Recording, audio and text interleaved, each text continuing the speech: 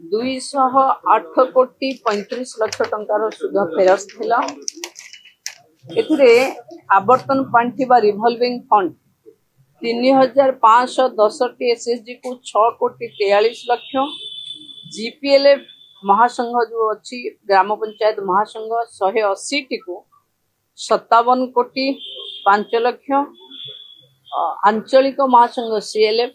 एंकु आज 1,101 आंचलिक महासंघ को 1,40,00,000 टंकार निरापत्ता पांठि सीएलएफ फंड दिगला। महिला माने ये अर्थ रेगुलर मिलवा कारण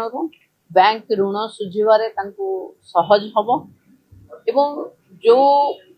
लोन 10 लाख पर्यंत आम इंटरेस्ट फ्री लोन देइछु से 10 लाख टंका विनियोग पाई से माने चिंता करिवे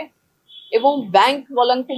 बैंकर्स माने थिले बैंकर्स मान को मु अनुरोध करिछि कि वित्तीय परिचालना महिला पाखे तो आर्थिक अनुदान अधिक हेलानी किंतु तार सठिक परिचालना केमती महिला माने करिवे ता द्वारा तांकर ग्रोथ हबो आको दृष्टि रे रखी बैंकर्स माने भी ध्यान देबे और मिशन शक्ति रो अधिकारी माने भी या ऊपर ध्यान देबे बोले।